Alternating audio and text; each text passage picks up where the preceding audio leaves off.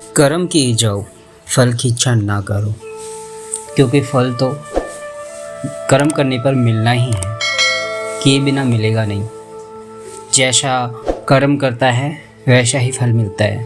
पहले किया है वैसा अब मिल रहा है, और अब जैसा करेंगे वैसा आगे मिलेगा। करना अपने हाथ है, फल कब, कैसा और कितना देना है ये ईश्वर के हाथ है। पुण्य का फल सुख और पाप का दुख है, ये निश्चित है। बस तो करना आरंभ कर दीजिए, किए जाओ, लगे रहो। ये समय आया है, चला जाएगा। जागो, उठो और लग जाओ, फिर ऐसा अवसर सहज नहीं आएगा।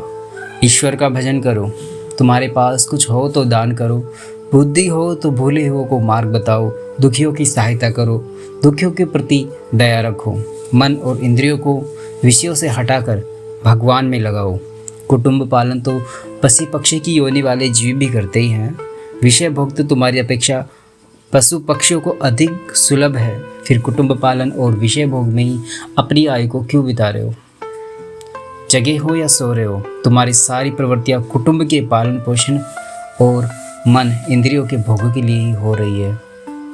काल आएगा और सब कुछ यही छोड़कर जाना पड़ेगा। उस समय कोई कुटुंबी सहायता नहीं कर सकेगा। तो जीवन भर परिश्रम करके जिसको प्राप्त किया वह संपत्ति, वह धन और वह कुटुंब भी यहीं रह जाएगा।